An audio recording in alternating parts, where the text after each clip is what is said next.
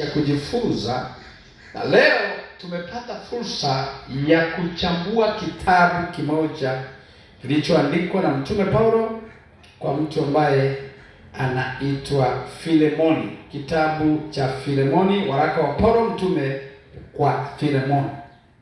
Bwana tusaidie. Amen. Leo tunaenda kujifunza mambo mbalimbali, mambo muhimu sana kwa Mkristo kutoka kwenye kitabu hiki cha Filemoni. Waraka wa Paulo mtume kwa Filemoni. Kitabu hiki ni kifupi, na ushauri uliopo kwa wasomi wote wa Biblia na kwenye vitabu vyote ni kwamba unapokisoma kitabu hiki usisome nusu nusu, ukisome chote ili uelewe mada na kusudi lililoko katika jina la Yesu. Lakini niseme kitabu hiki kina mada kuu ambazo zimegawanywa mara 4. Manake hii ni barua ya Paulo mtume. Waraka ni barua.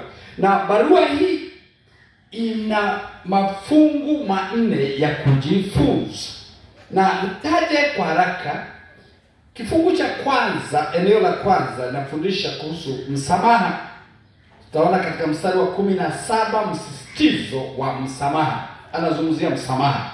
Lakini kifungu cha pili au eneo la pili katika barua hii ya Paulo mtume inazungumzia hali ya Onesimo. Tutakuja kumjua huyu Onesimo ni nani na maana ya neno jina Onesimo.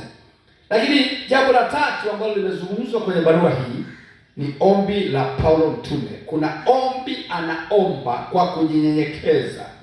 Lakini na jambo la mwisho ni imani kwa Filemoni. Anadhihirisha imani kwenye mstari wa 4 hadi wa 7, alafu mstari wa 21. Kila kifungu kina mistari yake ambayo tutakuja kuona. Bwana asifiwe. Hii ni barua ya Paulo mtume kwa Filemoni. Na Paulo mtume inakisiwa aliandika barua hii akiwa gerezani, aidha Rumi au Kolosai. Wasomi wa Biblia wanasema alikuwa aidha Rumi au Kolosai, kati ya maeneo haya mawili, lakini alikuwa gerezani. Na udhibitisho upo katika kitabu cha Matendo ya Mitume. Hatutarudi huko. Bwana asifiwe. Na tunaposoma nataka tuelewe vitu kadhaa, kwamba moja, Onesimo anayezungumziwa sana katika barua hii alikuwa ni mtumwa aliyekuwa na bosi wake ambaye alikuwa anaitwa Filemoni. Na Onesimo alikuwa mfanyakazi au mtumwa katika nyumba ya Filemoni. Na huyu Filemoni alikuwa ni mtu tajiri, mtu mwenye uwezo, ambaye pia alikuwa ameokoka na kulikuwa na kanisa nyumbani kwake. Bwana Yesu atusaidie sana. Kwa hivyo tuwe tuna ufahamu huo kabla hatujasoma. Lakini sasa niseme, na hii barua ni baada ya Paulo mtume kukutana na Onesimo gerezani. Lakini alikamatwa na akawekwa gerezani akiwa sio mtu mzuri.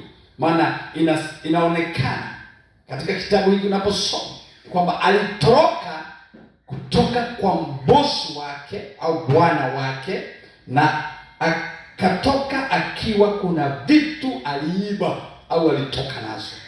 Na alipoenda kule akatiwa gerezani akaokoka. Bwana asifiwe. Kwa hivyo kuna mambo mema sana tunajifunza kwa mtu aliyeokoka ili tuweze kuelewa. Na nataka nieleze baadaye, baada ya kusoma kitabu hiki, mambo kadhaa. Nataka tusome kwanza, tuone mstari wa kwanza hadi wa 3. Hapa Paulo mtume anajitambulisha. Sema, Paulo mfungwa wa Kristo Yesu na Timotheo aliye ndugu yetu, kwa Filemoni mpendwa wetu, mtendakazi pamoja nasi. Mstari wa 2, na kwa Afia ndugu yetu, na kwa Arkipo askari mwenzetu, na kwa kanisa lililo katika nyumba yako. Bwana asifiwe. Anamuaddress Filemoni. Kumbuka hawa wanaotajwa wengi walikuwa ni wahudumu wa ile kanisa, na wengine ni wahudumu pamoja na Paulo mtume kama Timotheo. Nasema mstari wa 3 anasema, Neema na iwe kwenu na amani zitokazo kwa Mungu Baba yetu na kwa Bwana wetu Yesu Kristo. Haleluya. Anaanza kwa introduction. Na kumbuka huyu mtumishi yuko jela. Yuko gerezani. Anasema mstari wa 4, namshukuru Mungu wangu siku zote nikiwakumbuka katika maombi yangu, nikisikia habari za upendo wako na imani ulio nayo kwa Bwana Yesu na kwa watakatifu wote. Anamtaja Filemoni kama mtu mwenye upendo. Anavuta moyo wake ili aweze kupokea na kuelewa wosia wake. Bwana asifiwe. Hii ndio mtu mwenye hekima anavyofanya ili kumtetea mtu aliyeokoka. Anaeleza, haleluya. Eleza mstari wa 6, ili kwamba ushirika wa imani yako ufanye kazi yake katika ujuzi wa kila kitu chema kilicho kwetu katika Kristo. Mstari wa 7, maana nalikuwa na furaha nyingi na faraja kwa sababu ya upendo wako, kwa kuwa mioyo ya watakatifu imeburudishwa nawe, ndugu yangu. Haleluya. Bwana asifiwe sana. Paulo mtume anajaribu kumvuta mtumishi wa Mungu huyu. Haleluya. Mstari wa 8, kwa hiyo japokuwa nina ujasiri katika Kristo kukuagiza likupasalo. Unaona, sasa anaanza kueleza, na tunaona, nataka tuone mstari huo 4 hadi huo wa 7, alafu wa 21, wa 4 hadi wa 7 hadi wa 21, tutaona anazungumzia nini. Hebu tumeona huyo wa 7, kurudishwa nawe ndugu yangu. Turuke tuende 21 kwanza tuone. Kwa kuwa na kuamini kutii kwako ndio maana nimekuandikia, nikijua kuwa utafanya zaidi ya hayo nisemayo. Haleluya. Hapa anaonyesha imani yake kwa Filemoni. Anamtaja kama mtu mwema ambaye ana imani, anawaburudisha wateule na watakatifu, anawatia moyo watu waliokoka, ili anapomuintroduce kijana basi afanye hivyo hivyo, kwa kuwa yeye hajui kama alishaokoka. Alikimbia akawekwa ndani. Bwana atusaidie. Sasa tumeona hapo na mstari huo wa 21, lakini turudi pale juu mstari wa 10. Mstari wa 9, lakini kwa ajili ya upendo na kusihi, kwa kuwa ni kama nilivyo Paulo mzee na sasa mfungwa wa Kristo Yesu pia. Anamuonyesha yeye mzee, manake inabidi amtii, amsikilize, lakini anamuonyesha pia yuko jela ili ajue wamekutana wapi na Onesimo. Neno au jina Onesimo ni useful kwa Kiingereza, ni mtu anayefaa. Maana yake kwa Kiebrania ni mtu anayefaa, ambaye anaweza kuwa na msaada, useful. Ndio maana ya neno jina Onesimo. Kwa hivyo linaingia vizuri. Bwana asifiwe. Sasa 10, na kusihi kwa ajili ya mtoto wangu niliyemzaa katika vifungo vyangu, yaani Onesimo. Anaanza kuintroduce Onesimo. Manake alimzaa katika roho, katika vifungo vyake. Alimuombea wokovu akiwa jela. Haleluya. Amina. Paulo mtume anaeleza mstari huo wa 10, ombi la Paulo mtume. Tunaona sasa ombi la Paulo mtume mstari wa 10, halafu twende 17 hadi 17. Anasema, basi kama ukiniona mimi kuwa mshirika nawe, mpokee huyu kama mimi mwenyewe. Nasema mpokee Onesimo kama mimi mwenyewe. Anajiweka katika nafasi ya yule mtumwa. Manake Biblia inasema, na nimekipa kichwa, tazama ya kale yamepita, yamekuwa mapya. Ndio kichwa cha ujumbe wa leo. Tazama ya kale yamepita, yamekuwa mapya. Manake mtu akiwa ndani ya Kristo amekuwa kiumbe kipya, ya kale yamepita. Bwana asifiwe. Mstari huo tumeona hapo anatoa wosia, lakini ombi la Paulo mtume mstari wa 17 hadi 20 Basi kama ukiniona mimi kuwa mshirika nawe, mpokee huyu kama mimi mwenyewe. Na kama amekudhulumu, angalia hilo neno, piga mstari, kama amekudhulumu, anajua alimdhulumu, au unamlia kitu, ukiandike hicho juu yangu. Haleluya. Paulo mtume anasimama kama Yesu kwetu. Manake anasema, manake kama huyu jamaa aliiba vitu akauza, alifanya dhuluma katika nyumba ya Onesimo, na ndio maana ya samani ya Filemoni. Kama alifanya dhuluma katika nyumba ya Filemoni, basi ile dhuluma yote, kama kuna kitu kilipotea, kuna kiberiti kiliachwa kwenye mvua, kuna nini, andikiwe orodha yote. Anamwambia andika yote, usiache kitu, alafu niandike mimi nadaiwa. Kama vile watu wanaweza kuwa na kopa dukani, andikwa fulani unadaiwa unga, unadaiwa mkate, unadaiwa. Bwana asifiwe. Mwambia orodhesha vyote. Huu ndio upendo ulio ndani ya watakatifu wanaojielewa.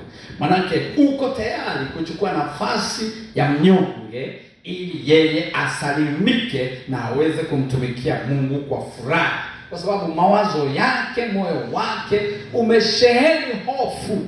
Alikotoka amekanyagwa, amenyanyaswa, ameteseka. Inawezekana alifanya kituko kabla hajaokoka, na kituko kile kinamuia kwa sababu kuna watu wanamnyoshea kidole, wewe hufai, uliiba na ukaniuzia, wewe hufai. Lakini Biblia inasema amekuwa kiumbe kipya, ya kale yamepita.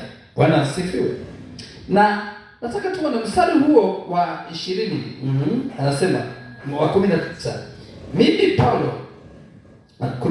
Paulo nimeandika kwa mkono wangu mwenyewe, mimi nitalipa. Amesema yeye atalipa hiyo orodha ya vitu. Unajua mzee anaandika, mtumishi wa Mungu mkubwa aliyefanya miujiza mikubwa. Walikuwa na historia. Paulo mtume akafungwa kwa sababu ya Kristo. Yeye anasema nitalipa. Lazima utotemeke. Ni baba wa wengi.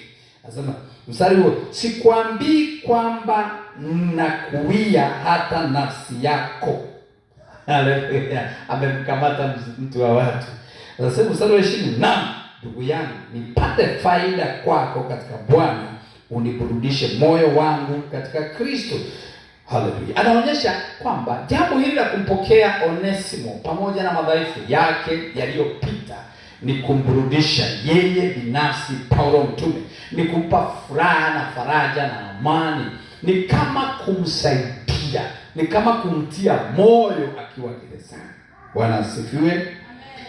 Na niseme jambo lingine kabla sijaenda hapo mbele. Tumeona mstari huu wa 21 ni nini kinatendeka, lakini twende mstari wa 22. Na pamoja na hayo uniwekee tayari mahali pa kukaa, maana natarajia kwamba kwa maombi yenu mtajaliwa kunipata.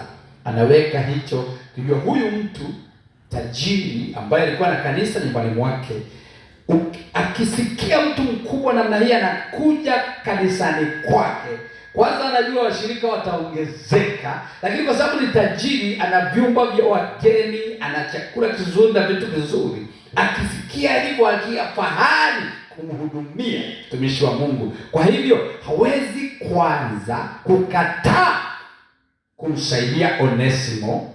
Kama baba atakuja, lazima awe na hofu. Hata kama alibiwa nini, baba atakuja na alisema atalipa. Kwa hivyo anasema nisahau deni la Onesimo kwa kuwa yeye atalipa. Na kumwambia hivyo ni kumaanisha kwamba yeye mwenyewe atalifuta hilo deni. Usihangaike baba, atakuwa sawa. Bwana asifiwe. Nataka uone jinsi ya kushughulikia watu wanaoingia katika nyumba ya Mungu wakiwa na changamoto zao zinazoandama. Haleluya. Na kabla sijaendelea kusoma niseme Onesimo, nirudie, alikuwa ni mtumwa katika nyumba ya Filemoni, ili ukumbuke vizuri. Akawa amekimbia bwana wake, na inaonekana kana kwamba kuna vitu aligusa au aliharibu au alibeba. Na alipokutana na Paulo mtume gerezani, Onesimo alipokea Yesu Kristo, manake alibadilika. Na tukiwa hapo kabla hatujamaliza, tuone Wakorinto wa pili, tuone lile neno linalosema Wakorinto wa pili sura ya 5 mstari wa 17.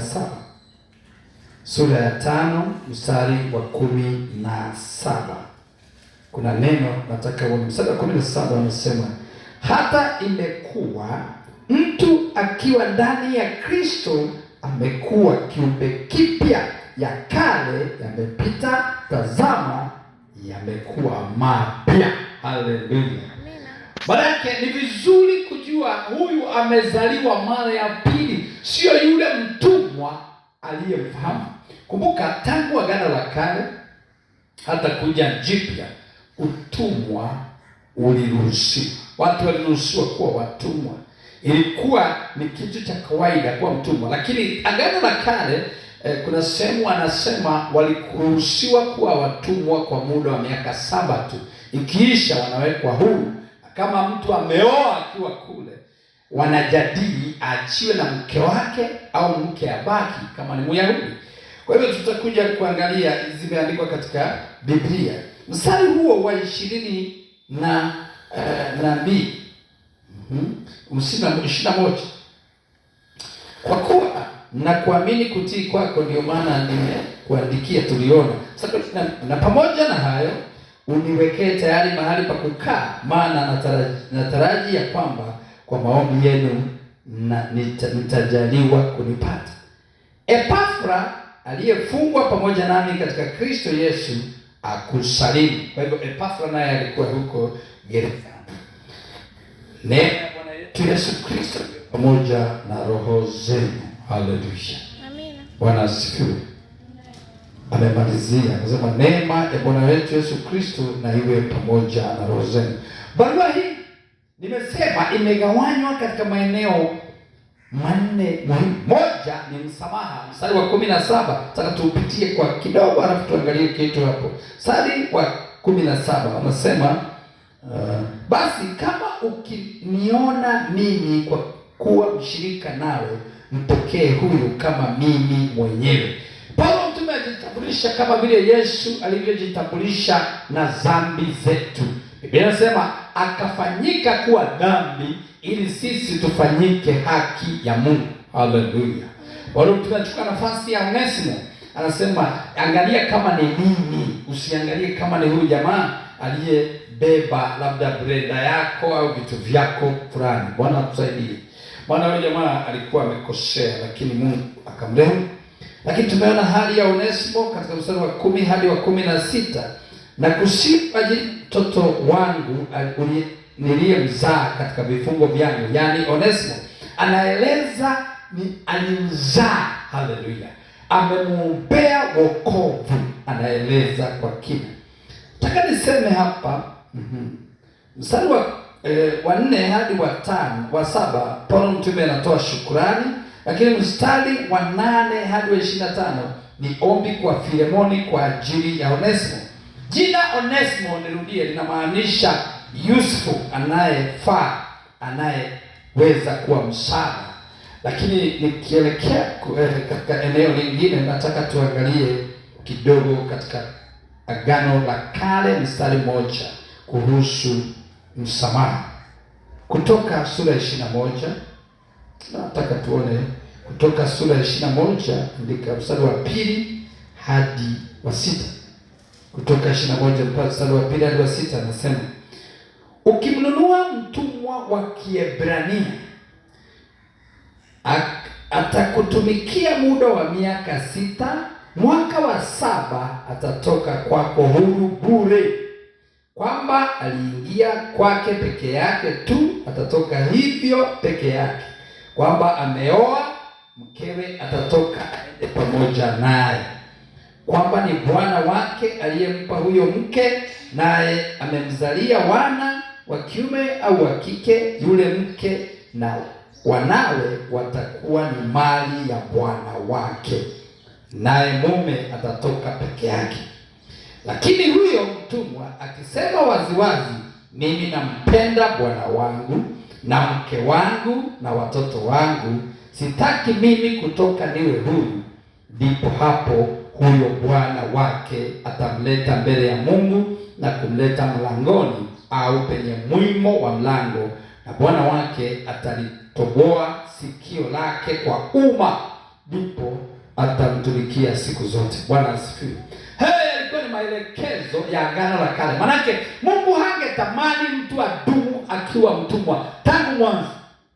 Ndio maana hata wana wa Israeli walipokuwa wanatoka katika nchi ya ahadi, pamoja na kwamba waliahidiwa, Mungu alishamwambia Ibrahimu watatekwa kwa miaka 400, lakini watakuwa huru muda fulani. Bwana asifiwe. Mungu hapendi mtu abaki kuwa mtumwa. Na kuhusu mtumwa, tuangalie Kutoka 21, tumeona kuhusu utumwa. Tuangalie Mwanzo 15 mstari wa 13. Andika 15:13 hadi 14. 15, Mwanzo 15 mstari wa 13 hadi 14. Kuna vitu tunajifunza, nataka tuelewe. Mwanzo sura ya 15 wa 13 hadi 14 anasema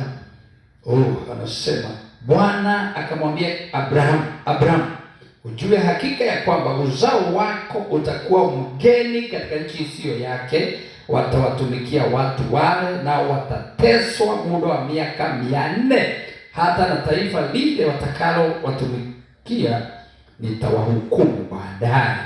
Watatoka na mali mengi baadaye. Bwana asifiwe. Manake sio utumwa wa milele. Lakini katika Agano Jipya tuone maeneo kadhaa katika Waefeso sura ya 6. Waefeso sura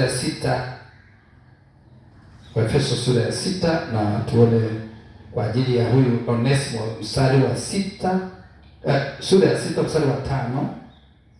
Anasema, enyi watumwa watiini wao walio bwana zenu kwa jinsi ya mwili, sio jinsi ya roho, kwa hofu na kutetemeka, kwa unyofu wa moyo, kana kwamba ni kumtii Kristo.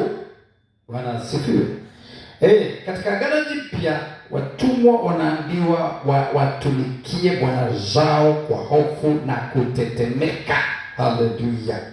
Kwa hivyo ni kitu ambacho kipo. Mungu anaangalia jinsi ambavyo neno lake linasema. Biblia inasema uliangalia neno lake ili apate kulitimiza. Na mstari wa 9, hapo 9, nanyi kina bwana, manake wale walio na watumwa, nanyi kina bwana watendeeni wao yayo hayo, mkiacha kuwaogofya, huku mkijua ya kuwa yeye aliye Bwana wao na wenu yuko mbinguni, wala kwake hakuna upendeleo. Manake usinyanyase mtumwa wako, mheshimu, maana kuna Mungu ambaye sisi ni watumwa wake, watumwa wa haki. Bwana asifiwe. Na Wakolosai, ili tuone tuelewe kuhusu kwa nini Paulo mtume akawa na ujasiri huu, sura ya 3 mstari wa 22 anasema, ninyi watumwa watiini hao ambao kwa mwili ni bwana zenu katika mambo yote, si kwa utumwa wa macho kama wajipendekezao kwa wanadamu, bali kwa unyofu wa moyo mkimcha Bwana. Bwana asifiwe. Sasa hivi watumwa wengi wanajipendekeza kwa macho. Wanatakiwa kwa mche Bwana, lakini wafanye kwa moyo. Sio ufanye kitu kwa sababu unaonekana. Usipoonekana, wengine unaona kwenye CCTV wanafanya vituko, wanatusaidie. Wengine wanatakiwa wawe waaminifu kwa Bwana na wao wa mwilini. Haleluya. Na tunapoelekea wa Timotheo, maana wakati mwingine inawezekana hujui mambo haya ya watumwa. Katika Timotheo Timotheo wa kwanza sura ya 6. Timotheo wa kwanza sura ya 6 mstari wa kwanza na wa pili anasema, wote walio chini ya kongwa hali ya utumwa, na wawahesabie bwana zao kuwa wamestahili heshima yote, jina la Mungu lisitukanwe wala mafundisho yetu. Paulo mtume.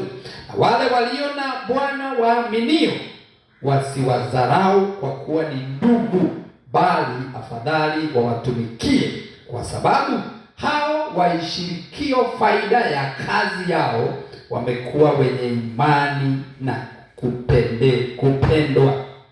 Mambo hayo uyafundishe na kuonya. Bwana asifiwe. Bwana anamwambia Timotheo, kwa sababu kuna mtu unaweza ukamwajiri akawa na kiburi na dharau, na wewe umeokoka, unampa neema na nafasi, lakini anakosa kukustahi. Mungu amekataa, sema uwe mwaminifu na uheshimu mtu huyo ambaye amekuweka. Katika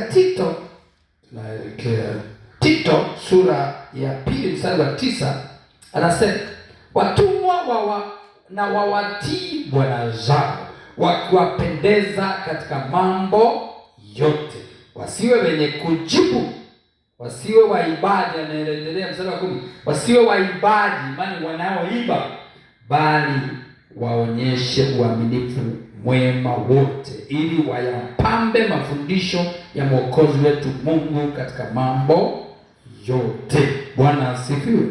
Wasiibe kama Onesimo. Onesimo alikuwa anachukua, anaiba. Haleluya. Lakini tunamalizia na Petro wa kwanza. Waraka wa kwanza wa Petro sura ya 2 mstari wa 18. Anasema mstari wa 18, enyi watumishi watiini bwana zenu kwa hofu nyingi, sio wao walio wema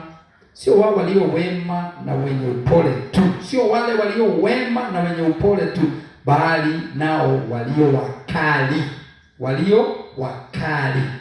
Maana huu ndio wema hasa, mtu akivumilia huzuni kwa kumkumbuka Mungu pale ateswapo isivyo haki. Bwana asifiwe.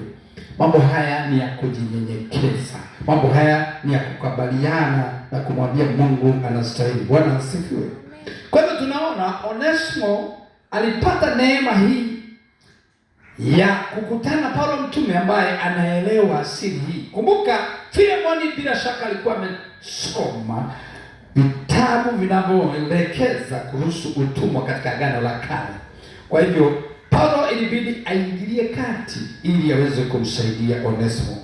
Je, wewe utamfanyaje mtu akiingia katika nyumba ya Mungu ambaye ametoka kwenye kusimangwa na kunyanyaswa?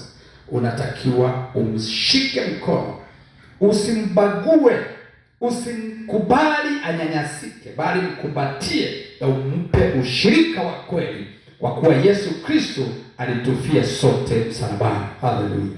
Bwana asifiwe. Kwa hivyo ni vizuri kuelewa hivyo. Naomba tusimame kwa miguu yetu tuweze kumwomba Bwana.